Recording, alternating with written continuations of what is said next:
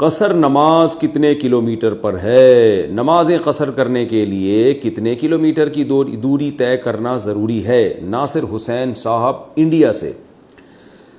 جناب ناصر حسین صاحب، آپ جب اپنے شہر کی آبادی سے باہر 77.8 کلومیٹر یعنی تقریباً 78 کلومیٹر آپ دور جانے کا ارادہ رکھتے ہیں تو شہر سے باہر نکلتے ہی قصر شروع ہو جائے گا۔ یعنی یہ نہیں کہ 77.8 کلومیٹر پہ پہنچیں گے تو قصر کرنا ہے، نہ۔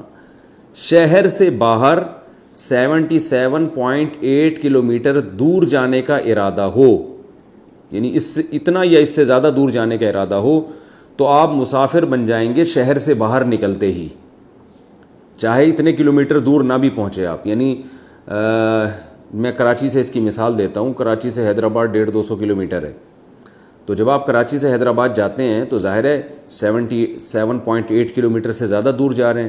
77.8 یاد کرنا مشکل ہوتا ہے، 78 کلومیٹر یاد رکھیں۔